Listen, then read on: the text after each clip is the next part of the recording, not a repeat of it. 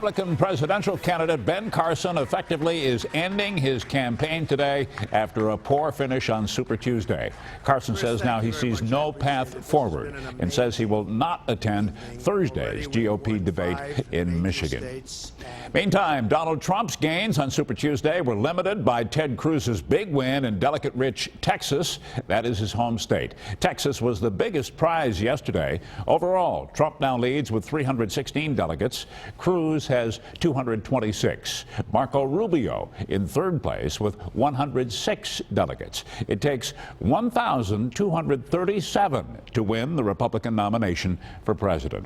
Also tonight, Hillary Clinton is nearly halfway to clinching the Democratic presidential nomination after her strong showing on Super Tuesday.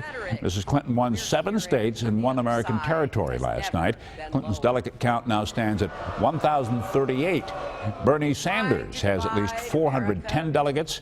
It takes 2,383 of them to win the Democratic nomination for president. Also, we have yet to cast a single vote here in the state of New York for a state primary. Our primary here is not until April 19th. So, by then, will we even matter? 7 Eyewitness News reporter Ali Tui takes a look. I don't believe that Donald Trump struck a knockout blow to his opponents last night. Meaning for the first time in years, New York just might matter for Republicans in the presidential primary election.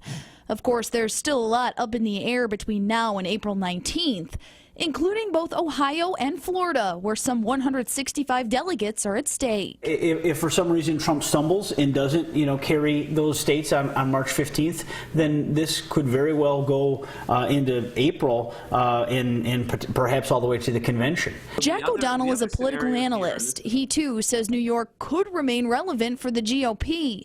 He says if Republican presidential candidate Marco Rubio can take his home state of Florida, it's possible he could emerge as the anti-Trump.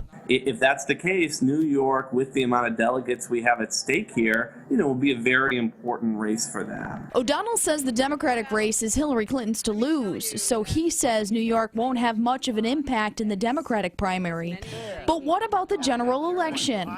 If Trump and Clinton face off in November, could Clinton be vulnerable here? Some, including Erie County Republican Committee Chair Nick Langworthy, say yes. I think there's the best chance we've had since Ronald Reagan was president. I mean, there's an extraordinary amount of support for Donald Trump here in our community. Erie County Democratic Chairman Jeremy Zellner says not so fast. There's a lot of what-ifs here. There's a lot of speculation, but I think she's going to do very well in New York State, and particularly in Western New York. And most agree. You need only look at history to show the deep blue roots of New York. The last time New York voted Republican was in 1984. Donald Trump has a play in the Republican primary here in New York. I don't think he has any chance of beating Hillary Clinton in the general election in New York.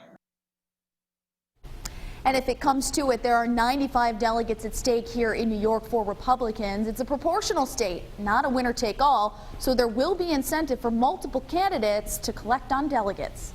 Ali Tui, 7 Eyewitness News. All right.